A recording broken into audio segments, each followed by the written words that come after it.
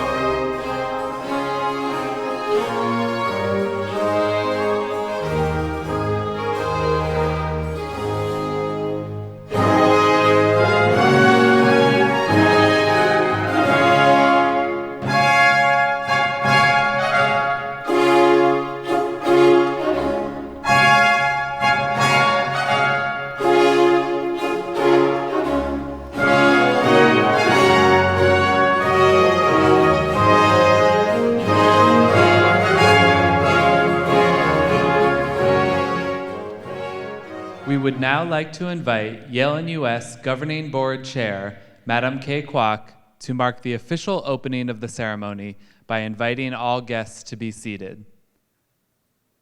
Please be seated.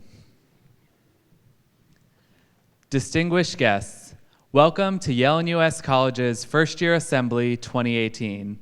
May we now invite Ms. Laura Severin, Dean of Admissions and Financial Aid, to give the welcome address. Ms. Severin, please.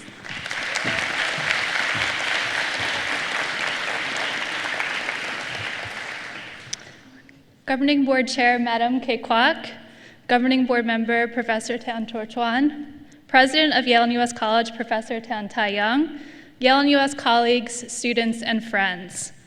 On behalf of the admissions team and the entire college community, it is my pleasure to welcome you, the class of 2022, to Yale-NUS College. I speak on behalf of the entire admissions team in saying this is one of the best days of the year for us. After months of getting to know you in your schools, during on-campus visits, through your written applications, during interviews, and at Experience Yale-NUS Weekend, you are finally here, and we could not be happier. Some of you may be wondering, how did I end up here today? I'll leave the philosophical version of that question to you to answer, but let me break down the admission process for you. 8,550 students applied for admission to Yale-NUS this year. Our team pored over your applications, reading every word written by you, your teachers, your counselors, and on more than one occasion, your moms. We shortlisted approximately 14% of those applications for interviews. Your interviewer completed a 2-page write-up of your conversation and then passed the application on to a third person to review. Then came our favorite part of the process, committee. In groups of 4 or 5, we sat around a table full of junk food and ate our weight in potato chips, Kit Kats, Snickers, you name it. But more importantly, we spent these days discussing each of you. We critically discussed your academic achievements, your intellectual curiosities, the clubs you joined, and the clubs you formed. Each discussion ended in a vote amongst our team that led to your admission to Yale-NUS College. Each of you were admitted based on our collective belief in you and your ability to excel at Yale-NUS.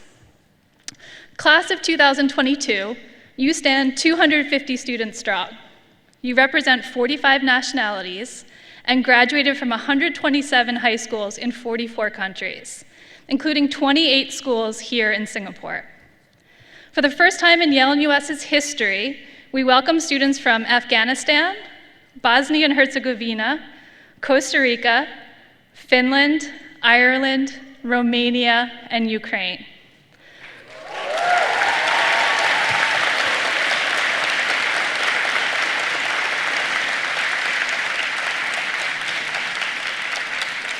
While we welcome you today as the class of 2022, we also welcome each of you individually to Yale-NUS.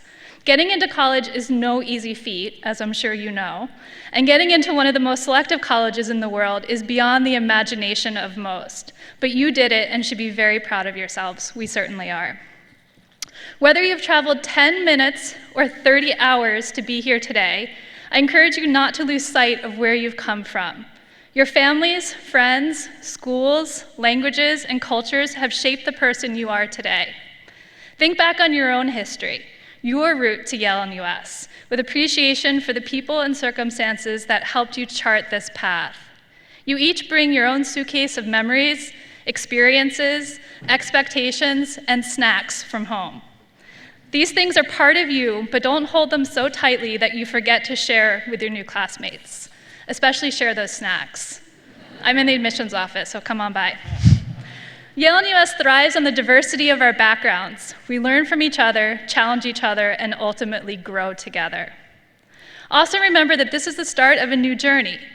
As much as the admissions team was impressed by the achievements you presented in your applications, ultimately we were most impressed by your potential for growth at Yale-NUS. You have all achieved great things in your polytechnics, junior colleges, and high schools.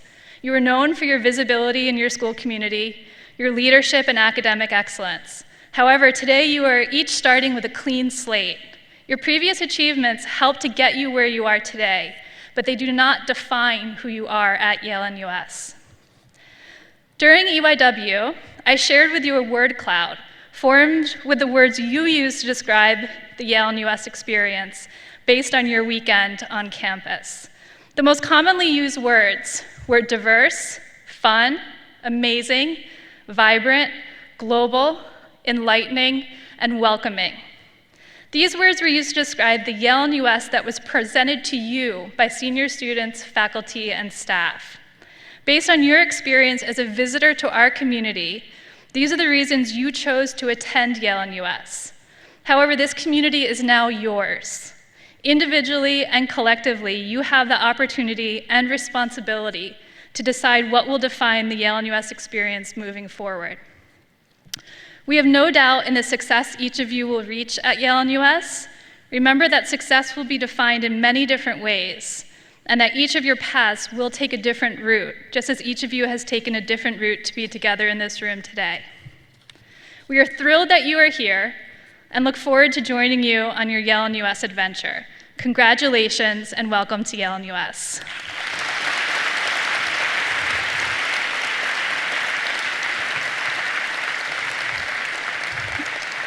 It is now my pleasure to introduce the next speaker, President of Yale-NUS College, Professor Tan Tai-Young.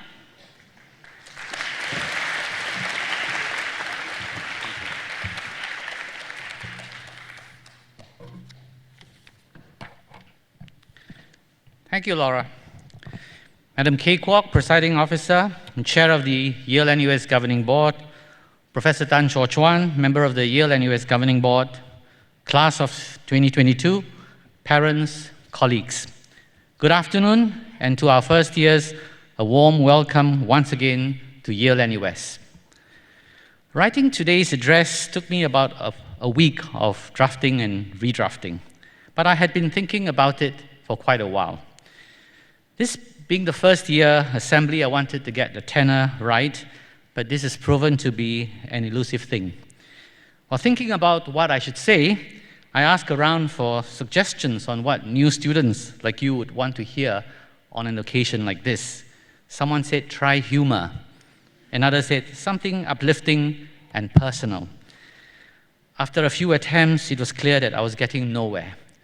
I'm not a talented humorist, nor am I capable of writing soaring speeches. And that was when I decided that I should write in a voice that came to me most naturally, unforced. What I'm trying to say is this: much of university life will be about you finding your own voice, coming to terms with your strengths and limitations.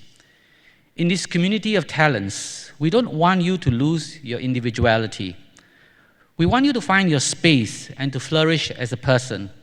I hope that you will be able to find your interest, do the best in what you are good at and passionate in, and have confidence in your ability to make a difference. The success of the college will be the collective successes that each of you will achieve in your own way. With the class of 2022 being our 6th cohort of students, Yale-NUS is now a much more established college. But as I've said before, we are still evolving. We are unique in that we are the only liberal arts and sciences college in Singapore. But beyond our academic and residential programs, what is it that differentiates Yale-NUS as an institution of higher learning? What animates us as a community of learning? Some of you may be familiar with the quote, "Culture eats strategy for breakfast, lunch, and dinner," by management guru Peter Drucker. I'm often cynical about what management gurus have to say, but somehow this quote resonated with me. So what does this mean? I think it's basically saying that the viability and success of an institution will rest ultimately on its culture. Applying this in our context, we may have in place the most advanced infrastructure, abundant resources, and great programs, but without a strong, cohesive internal culture that is built on values that unites and motivates us as a community, the college will not flourish. I spoke of the need to articulate your individuality, but without something that binds us as a community, we may end up like a loose pack of sand. As our newest kingfishers, you will have a major part to play in the shaping of the college culture, which I hope will be informed by exceptional quality, respect, empathy, compassion, and inclusivity. You will recall that I alluded to some of these points in my speech at the Experience Yale-NUS weekend. I had shared with you then that I hope our college can aspire to be exceptional without being elitist, engaged without being entitled, empathetic without being exclusive. But culture cannot be ordained or imposed top-down. It has to be owned and cultivated. I hope we can achieve this together. And remember, just as good culture strengthens and unites, a culture that is based on distrust, division, disrespect can cause the community to unravel very quickly. I hope you will work with me and everyone else in the community to build a strong, positive culture for the college.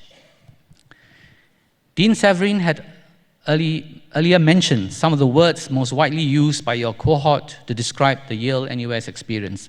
These included diverse, fun, amazing, vibrant, global, enlightening, and welcoming. Yale-NUS is indeed all of those things. However, I would like to add that much of college life and learning demands serious application. It means doing your readings, turning up for seminars, completing your assignments in a timely manner. It means giving commitment to your CCAs and community life. Some days will be harder than the rest, but I'm very sure you will all get there. Let us cross the river by feeling the stones. The novelist Julian Barnes once said, "You put two things that have not been put together before, and the world is changed."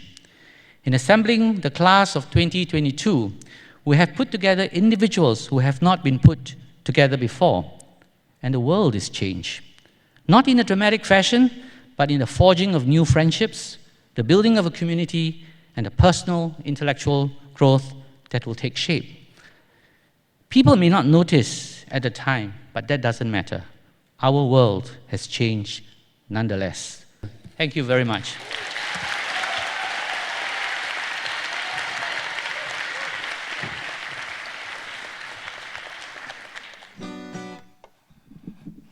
Hi. Mic test. Okay.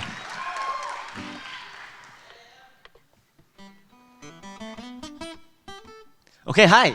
I'm very happy to be here. My name is Yam. I'm a junior, class of 2022. I'm from Elm. Shout out to Elm. Some of you may know me and some of you may not. I've been in OGL for the past couple of weeks. I've been OGL for the group Driftwood. I love you guys. I should also say that I lost my voice like 3 days ago shouting at them. Out of joy, of course. But I will try my best. And actually, the song that I'm going to play is also kind of about trying your best. I love Yale-NUS. I think it's a great school. It's full of wonderful, talented people. Like, on your left and on your right, everyone just, is about to win an award or has like published 3 books. And something that I feel like we don't talk about enough is it's very easy to feel inadequate. It's very easy to feel like you're not enough. So I wrote the song kind of about that feeling. It's called I'm Not Great. So I wrote this song and I played it for my sweet mate Claire, and I told her, hey, this song is called I'm Not Great. And she looked at me and she's like, you're okay lah, you're all right. But I think we are all gonna be all right. And that's kind of what this song is about. Also, you can find it on Spotify if you're into Spotify. But yeah, this is I'm Not Great.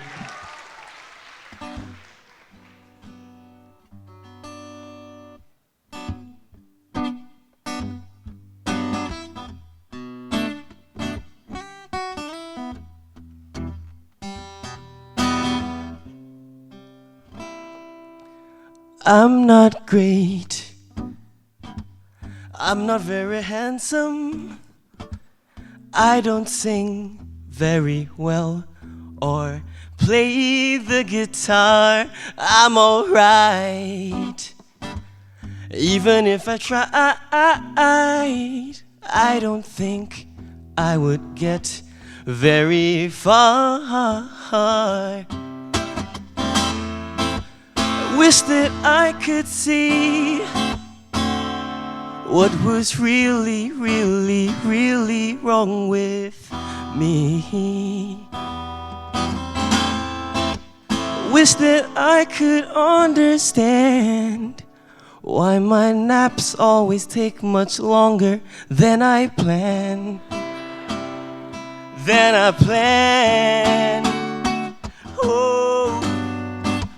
Walk through the door and tell the world that I'm all right. I'm not great, I'm not great, I'm not great, but I'll be fine, yeah. I'll be all right.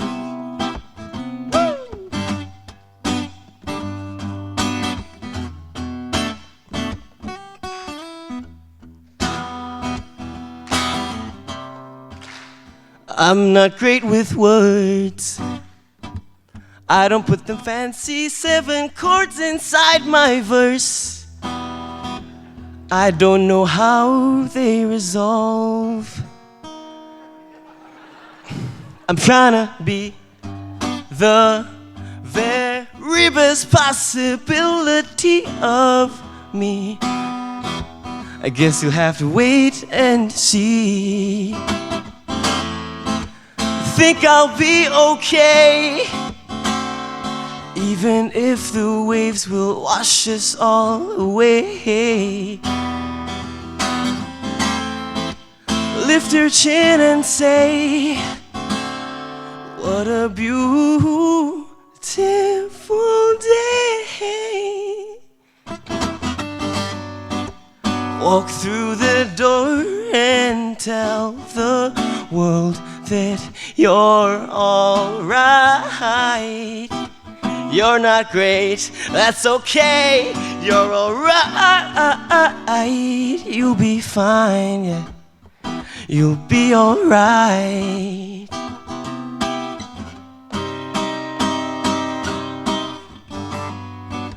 Don't be a fool, they'll tell you everything's alright. You gotta brush your teeth, you gotta sleep at night, you gotta make sure that your head is screwed on right.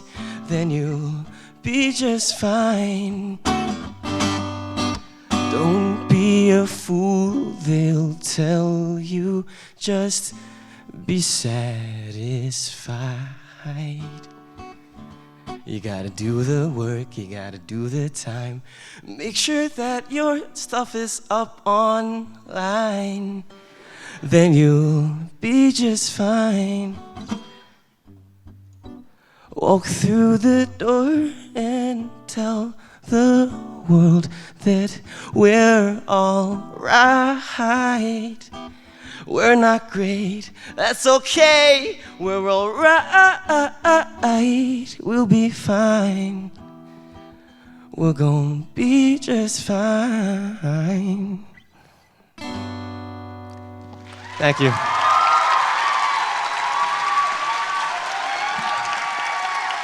I should say a disclaimer, and I said that we're not great, but you're all very, very great, and that's why you're here. Welcome to Yale-NUS.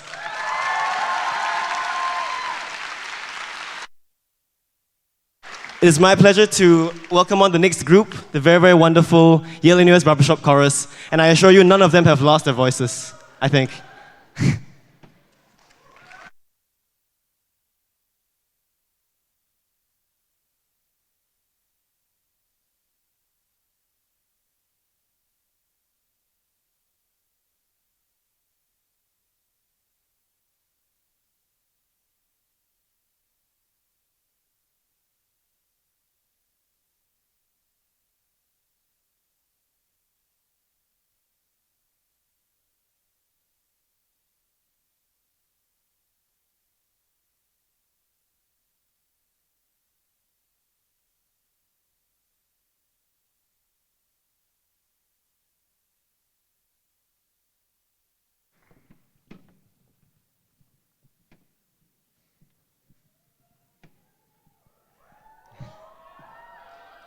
Hello, class of 2022. I think we can all agree Yam was pretty damn great. So, my name is Hansel. I'm a junior from the DDP, and we are the Barbershop Chorus. Today we're going to perform 2 songs for you, the first being For the Longest Time. So those of you who know it, are we too old now? Is it? It's by Billy Joel. It's by Billy Joel. So, see a lot of blank faces here, but okay, anyway. For the Longest Time, enjoy.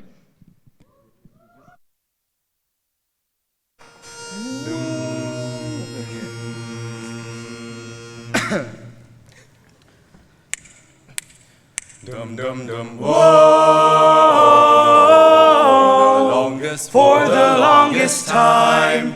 Whoa, for the longest. If you said goodbye to me tonight, there would still be music left to write. What else could I do? I'm so inspired by you. That hasn't happened for the longest time. Once I thought my innocence was gone. Now I know that happiness goes on. It's when you found me, when you put your arms around me. I haven't been there for the longest time.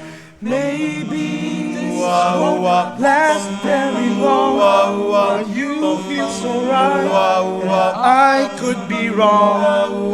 Maybe that I've been too hard, but I've come this far, and it's more than I hoped for. Who knows how much further we'll go on? Maybe I'll be sorry when you're gone. I'll take my chances. I forgot how nice romance is. I haven't been there for the longest time. Whoa, the longest for the longest time. Whoa, the longest for the longest time. Whoa, the longest for the longest time. Whoa, the longest for the longest. I thought we agreed we'd wear the Crocs. No one agreed to wear the Crocs.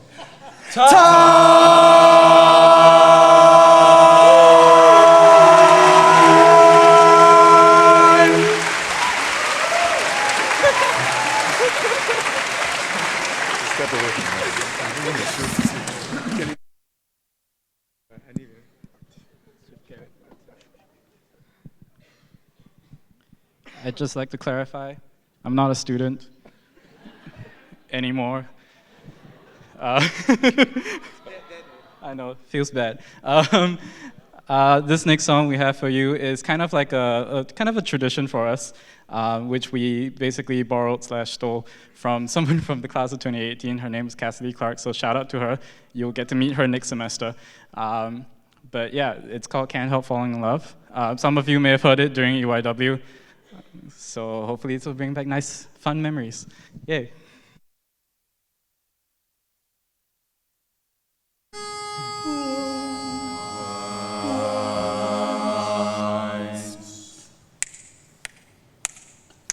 Wise men say only fools rush in, but I can't help falling in love with Yale-NUS.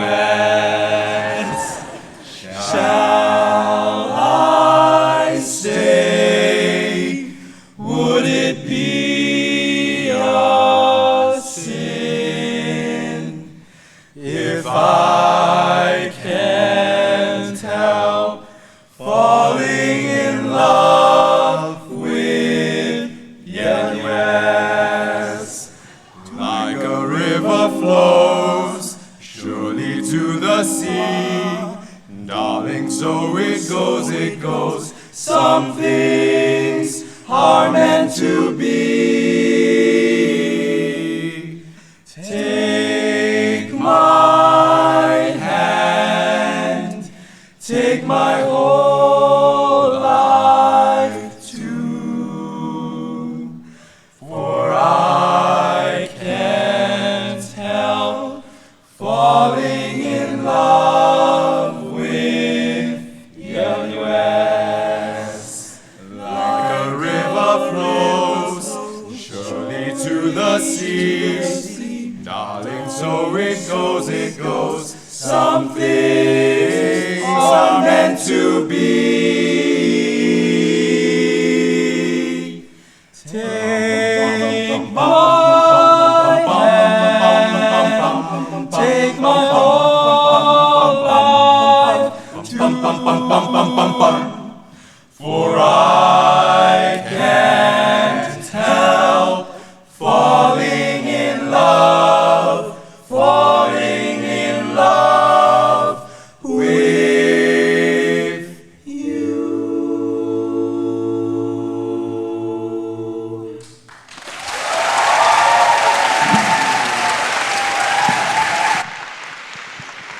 Thank you very much. We hope you enjoyed that performance. We are the Barbershop Chorus. I'm Jolene, I'm a senior, and we're very happy to say that we're looking to recruit people from your class.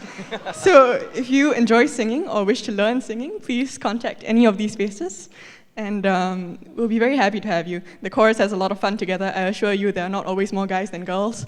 Yeah. So for now, I think we'll thank you, and I'll invite the senior visiting professor of humanities, Jay Naden, to give you the speech on behalf of faculty.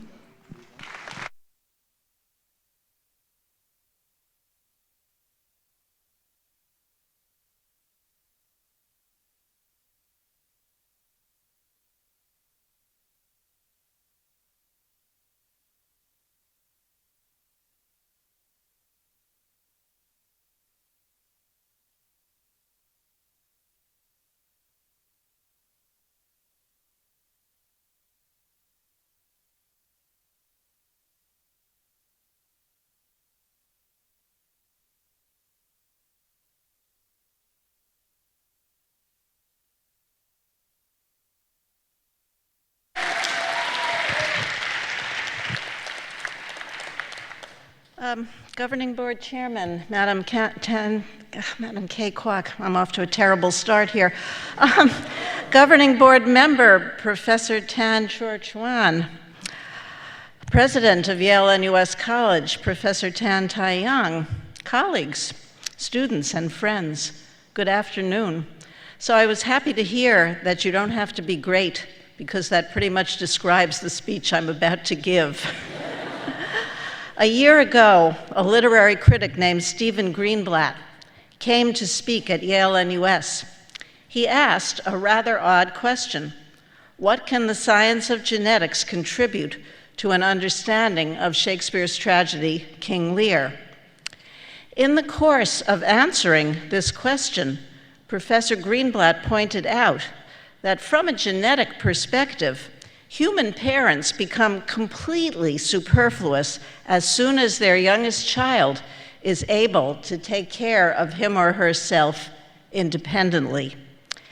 As far as the play goes, this insight might explain why Lear's two oldest daughters have no further use for their father once he has made them independent by giving them his kingdom.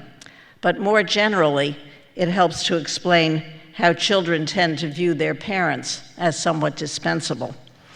But perhaps this insight can also tell us something about how parents are inclined to view the life choices their children make as they approach adulthood. Only if they are sure that their children really will be able to survive on their own can parents feel that their biological function has been successfully performed. Only then can they take a victory lap followed by a well-earned rest. The desire to reach this point of genetic fulfillment may help to explain why parents so often want their children to make the safe choices that are most likely to lead to a secure future. Study law, study medicine, or even study economics. But for the Lord's sake, don't hope to become an actor or a novelist.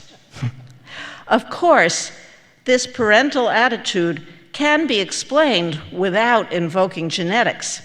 In today's world of dramatic income inequality, the last thing a parent wants is for his or her child to end up on the wrong side of the line, separating the haves from the have-nots. But it has ever been thus. Poverty was also a danger in 14th century Italy, where a boy named Giovanni Boccaccio was born into a prosperous merchant's family. Boccaccio's father got his son a job in a bank, and there the young man toiled for several years. But his heart was never in it, and finally, he told his father he was going to quit the bank and devote himself to literature. Boccaccio Sr. reacted with horror, exactly as many parents today would react to a similar announcement. "Oh no, I don't think you want to do that, Giovanni," he said, or words to that effect. But Giovanni persevered and became a writer whose works have survived for 7 centuries. We read his delightful book of short stories, The Decameron, in Literature and Humanities, one of Yale-NUS's common curriculum courses. But on behalf of Boccaccio Sr., I do have to add that Giovanni never managed to earn a living by his pen. Indeed, he lived much of his life in abject poverty. You may think I'm sending you a mixed message. I am.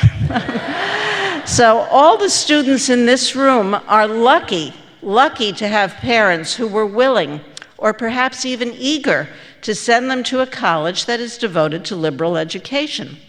The common curriculum, a distinctive feature of the Yale-NUS brand of liberal education, does not prepare students for any particular job. Instead, it introduces students to the many ways in which people, through the ages, in many different cultures, have tried to understand the world around them and what it means to be human. Science, social science, the arts, history, philosophy, and religion. Each approach to understanding these perennially important matters can be compared to a distinctive voice participating in an ongoing conversation. The conversation is not a debate in which there are winners and losers. We can look at Lear's daughters biologically as bundles of genes, but we can equally well see them philosophically as human beings making choices that have moral significance. We don't have to choose. The metaphor comparing disciplines or distinctive ways of understanding to voices in a conversation comes from an essay by the philosopher Michael Oakeshott. Oakeshott claims that attempts to defend liberal education by arguing that it actually does have practical importance are misguided. Of course, liberal education can help develop skills, for example, the ability to think critically, that are of practical use. But this, as Oakeshott rightly notes, is not its goal. Human life, in Oakeshott's words, is an adventure in which an individual consciousness confronts the world it inhabits. This engagement has no preordained course to follow. It has no preordained destination. Liberal education is an important stage in this lifelong adventure of learning and becoming. Since, as a faculty member, I am in loco parentis with respect to students at Yale-NUS, or maybe I'm in loco grand parentis given my age, but in any case, in loco parentis, I would hope that during your college years you'll discover something practical that you want to do with your lives. I wouldn't want any of you to end up starving in a wet ditch. But I also hope that the liberal education you'll receive here will help you to find something that to you as an individual is not merely practical, but also meaningful in the most liberal sense of that word. So I now invite Professor Joanne Roberts, the Executive Vice President for Academic Affairs and the Interim Dean of Students, to give her closing remarks. Thank you.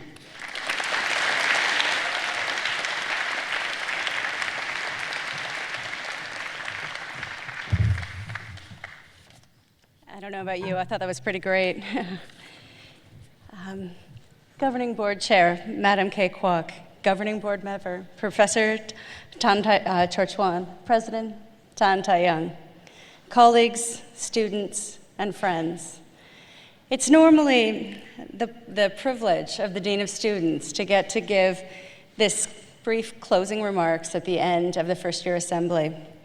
And for me, it's especially a pleasure to get to see you all here and to get to formally welcome you. As you may know, I'm only temporarily in this role of Dean of Students, and I think of it as an opportunity, as a special privilege, to get to interact and to know all of you in a capacity that I didn't expect. As EVP, I oversee the academic and co-curricular aspects of our experience here at Yale-NUS College. And our residential life forms a large part of that experience. In this interim capacity, as I take on the deanship, I'm excited to engage with all of you and work closely with the amazing Dean of Students, or DOS team, over there, to create an enriching and nurturing experience for all of you. As you make this transition from high school to college life, remember, you're not alone. For many of you, this might be the first time you're living away from home. Some not so far, and some from half a globe away. College life can be the most fascinating, but also challenging time in your life. Here at the DOS, we aim to support you and to help you make it the best of this time. To quote Michelle Obama, the former First Lady of the United States, "Don't be afraid to ask for help. Nobody gets through college on their own." And that's exactly what we're here for. When I think about my time as a college student, I recall it being exciting and sometimes difficult. But it was in college that I discovered my passions, I found my voice, I made many of my real forever friends, met mentors that transformed my life, and of course, had a lot of fun. I'm delighted to get to welcome you to begin this journey here with all of us. Since you will have many, many opportunities to hear my voice in the next 4 years, and all the speakers before me have said it all and better, I'll keep my comments short and just say congratulations to you at the beginning of your first year, and welcome to you all, the class of 2022.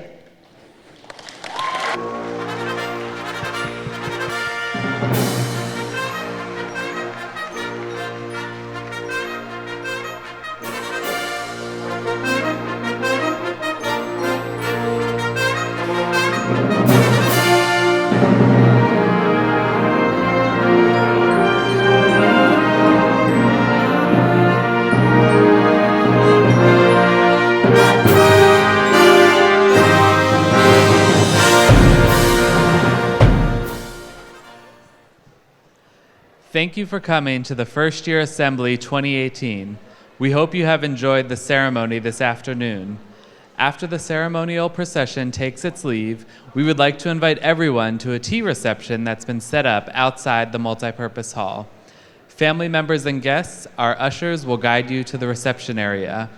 Class of 2022, please stay behind for your class photo before proceeding to the reception. Thank you all and have a great afternoon. Distinguished guests, please rise and remain standing as the ceremonial procession takes its leave.